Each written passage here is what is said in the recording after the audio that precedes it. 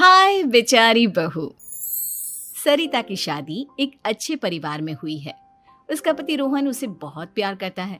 घर में उसकी सास शांति और ननद मीनाक्षी भी है, जो सरिता के किसी काम में दखल अंदाजी नहीं करती। लेकिन फिर भी सरिता को ऐसा लगता है कि दुनिया की सबसे ज्यादा बेचारी बहू वही है और सबसे ज्यादा अत्याचार उसी पर हो रहा है। माँ जी, ये लीजिए आपकी चाय। अरे बहू, तूने इतनी ज्यादा चीनी क्यों डाल दी चाय में? हाय हाय माँ जी, मैंने तो उतनी ही मीठी बनाई है जितनी मीठी आपको पसंद है। माँ जी, आपको तो मेरे हाथ की चाय अच्छी ही नहीं लगती। जब देखो कुछ न कुछ कमी निकाल ही देती हो। अरे बहू, तू एक बात के पीछे ही पड़ जाती है। मैंने ऐसा कब कहा कि तू रोज चाय खराब बनाती है? सरिता अपने कमरे में चली जाती है और फोन उठाकर अपनी माँ से बात करती है। हेलो माँ, कैसी हो आप? क्या कर रही हो? मैं तो ठीक हूँ, पर तू बता, तेरा मूड कैसा है? तेरी आवाज से लग रहा है कि कुछ तो हुआ है तेरे ससुराल में। अरे क्या बताऊँ माँ, यहाँ तो हर समय मेरे साथ बहुत बुरा व्यवहार होता है। मैंने अपनी सास के लिए इतनी अच्छी चाय बनाई, लेकिन मेरी सास चाय पीते ही मुझे 4 बातें सुना दी। बेटी, तू इतनी छोटी छोटी बातों पर ध्यान ही क्यों देती हो? तुम्हारी सास ने कुछ बोल भी दिया तो क्या हो गया? वो बड़ी है ना तुझसे। माँ ने इतना समझाया, लेकिन इस बात का सरिता पर कोई असर नहीं हुआ। अपनी बेचारी बहू की छवि वो बदलना ही नहीं चाहती। अगली सुबह सब नाश्ते की टेबल पर बैठकर नाश्ता कर रहे थे, तभी सरिता ने अपने पति से कहा, सुनिए जी, मुझे ना आज बाजार से कुछ सामान लेकर आना है। आज आप ऑफिस से आने के बाद मुझे लेकर चलना ना। भाभी, मुझे भी कुछ किताबें खरीदनी है। आप दोनों जा ही रहे हो तो मेरी किताबें भी ले आना। लो, अभी तो बात ही की है बाजार जाने की, तो एक फरमाइश आ गई। माँ जी, आप भी बता दो कुछ, और हाँ, मोहल्ले वालों से भी बोल दो अगर वो कुछ मंगवाना चाहते हो तो। बेचारी मीनाक्षी अपना सा मुंह लेकर रह गई। ये सब देखकर रोहन से चुप नहीं रह गया और वो गुस्से में बोला, सरिता, क्या हो गया है तुम्हें? मीनाक्षी ने तो सिर्फ किताबों के लिए बोला है। तुम्हें मीनाक्षी से इस तरह से बात नहीं करनी चाहिए। माफी मांगो उससे अभी। क्या? मैं माफी मांगू? दिन भर आपके घर के काम करूं मैं, आपकी और आपके घर वालों की बातें सुनूं मैं, और अब माफी भी मैं मांगू? ऐसा कभी नहीं हो सकता। ये बोलकर सरिता वहां से चली जाती है। एक दिन उनकी पड़ोसन घर आती है। अरे सरिता, क्या कर रही है? और क्या करूंगी भाभी जी, बस घर का काम ही कर रही हूँ। आप बताओ कैसे आना हुआ? अरे मैं तो तुम्हारा हालचाल पूछने आई थी, लेकिन तुम तो बिजी लग रही हो। कोई बात नहीं, मैं बाद में आ जाऊंगी।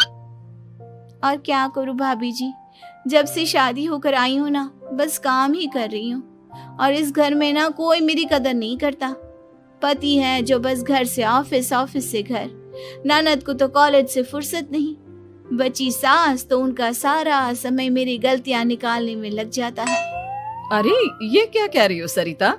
तुम्हारी सास तो पूरे मोहल्ले में तुम्हारी तारीफ करती फिरती है कि तुम बहुत अच्छी हो, पूरा घर तुम्ही ने संभाल रखा है। हाँ तो क्या हुआ? इसमें गलत क्या कहती है? सच्ची तो कहती है। मेरी मर्जी के बिना इस घर का पत्ता भी नहीं हिलता। शाम को जब रोहन घर आया तो उसने सबसे कहा, कल हम सबको मौसी जी के घर जाना है। उनकी बेटी की शादी है। सब अपनी अपनी पैकिंग कर लो, सुबह होते ही निकल जाएंगे। और सरिता, तुम कान खोलकर सुन लो, वहां जाकर किसी की बुराई भलाई शुरू मत कर देना, नहीं तो मुझसे बुरा कोई नहीं होगा। हाय हाय जी, आप तो ऐसे कह रहे हो जैसे मैं सुबह शाम सबकी बुराई करती फिरती हूँ। आज तक कोई कह नहीं सकता कि मैंने किसी की पीठ पीछे किसी के बारे में कोई बुरी बात बोली हो तो।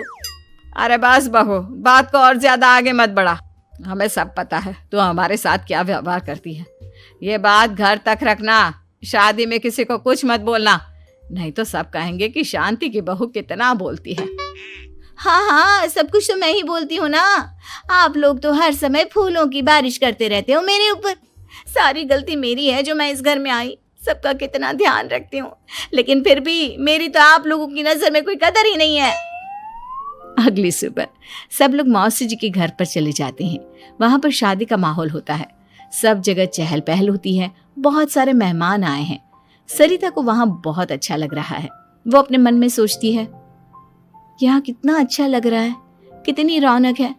मैं यहाँ किसी से ज्यादा बात नहीं करूंगी। अगर मेरे मुंह से कुछ ऐसा वैसा निकल गया तो रोहन जी तो मुझसे गुस्सा हो जाएंगी। सरिता ये सब सोच ही रही थी कि वहां रोहन की कजिन साक्षी आ गई और सरिता से बोली, आप सरिता भाभी हो ना? जितना आपके बारे में सुना था आप तो उससे भी ज्यादा सुंदर हो। हाँ वो तो है, मेरी सुंदरता की तारीफ सब करते हैं। मेरे मायके में तो सब यही बोलते हैं कि रोहन जी की किस्मत बहुत अच्छी है जिन्हें मैं मिली। लेकिन आप कौन है? मैंने आपको पहचाना नहीं। मैं रोहन भैया की कजिन हूँ।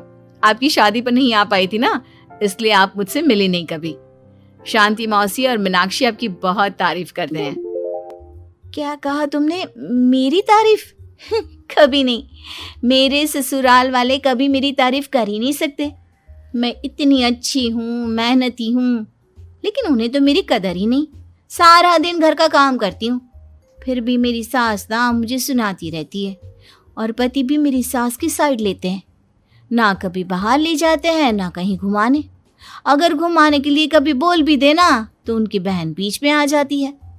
मैं कैसे रह रही हूँ उस घर में, ये मैं ही जानती हूँ। सरिता की ये बातें सुनकर साक्षी को बड़ी हैरानी हुई। अब वो हर किसी के सामने अपनी बढ़ाई और ससुराल वालों की बुराई करने लगी। रोहन और शांति को सरिता पर बहुत गुस्सा आया, लेकिन वो चुप रहे। अगले दिन जब वो अपने घर पर आए, सरिता, तुमने क्यों सबके सामने मेरी इज्जत का तमाशा बनाया? तुमसे बोला था ना कि चुप रहना। अजी ऐसा भी क्या कह दिया मैंने जो इतना भड़क रहे हो? तुम जहां जाती हो अपना रोना शुरू कर देती हो, कभी किसी दूसरे की बात ही नहीं सुनती, बस अपनी कहती रहती हो। तुमने सबके सामने हमारा तमाशा बनाकर रख दिया है। हे भगवान, मुझे अपने पास बुला ले। जिस घर में मेरी कदर ही नहीं उस घर में मेरा क्या काम? अरे क्या करूंगी मैं यहाँ रहकर? जो भी आता है मुझे सुनाकर चला जाता है। मैं तो किसी से कुछ नहीं कहती। सीधी सादी बहू मिल गई है ना सबको, तो जो जी में आए वो करो। सरिता ने अपने आगे किसी को कुछ बोलने ही नहीं दिया और उस दिन भी उसने सबके सामने खुद को बेचारी बना ही दिया। अगले दिन मीनाक्षी कॉलेज के लिए लेट हो रही थी, इसलिए वो हर काम जल्दी जल्दी कर रही थी। अपना नाश्ता लेने किचन में गई और पतीले में रखे गरम दूध को गिलास में डालने लगी। दूध का पतीला उसके हाथ से छूट गया और गरम गरम दूध उसके हाथ पर गिर गया। ओए माँ, हाय मेरा हाथ, माँ मेरा हाथ जल गया। मीनाक्षी की आवाज सुनकर सरिता दौड़ती हुई आई। ये क्या किया तुमने? तुम्हें नाश्ता चाहिए था तो मुझसे बोल देती, मैं क्या मना कर देती? अब पता नहीं कितने दिन की मुसीबत पाल ली तुमने। सरिता मीनाक्षी को उसके कमरे में ले गई और उसका बहुत ख्याल रखा। उसका इस तरह से ख्याल रखना शांति और रोहन को थोड़ा अजीब लगा। माँ, सरिता के दिमाग का भी कुछ पता नहीं। कल शादी में सबको इतना कुछ बोल कर आई है हमारे बारे में, और अब मीनाक्षी की कितनी अच्छी देखभाल कर रही है। ये ऐसा क्यों करती है? बेटा, तेरी बीवी की ना आदत हो गई है सबके सामने खुद को बेचारी दिखाने की, और आदत इतनी जल्दी नहीं बदलती। जब ये बोलना शुरू करती है तो रुकने का नाम ही नहीं लेती, इसलिए इसे पता ही नहीं चलता कि ये किसके सामने क्या बोली जा रही है। लेकिन दिल की बहुत अच्छी है। हमें भी अपना दिल बड़ा करके ये जैसी है इसे स्वीकार करना चाहिए।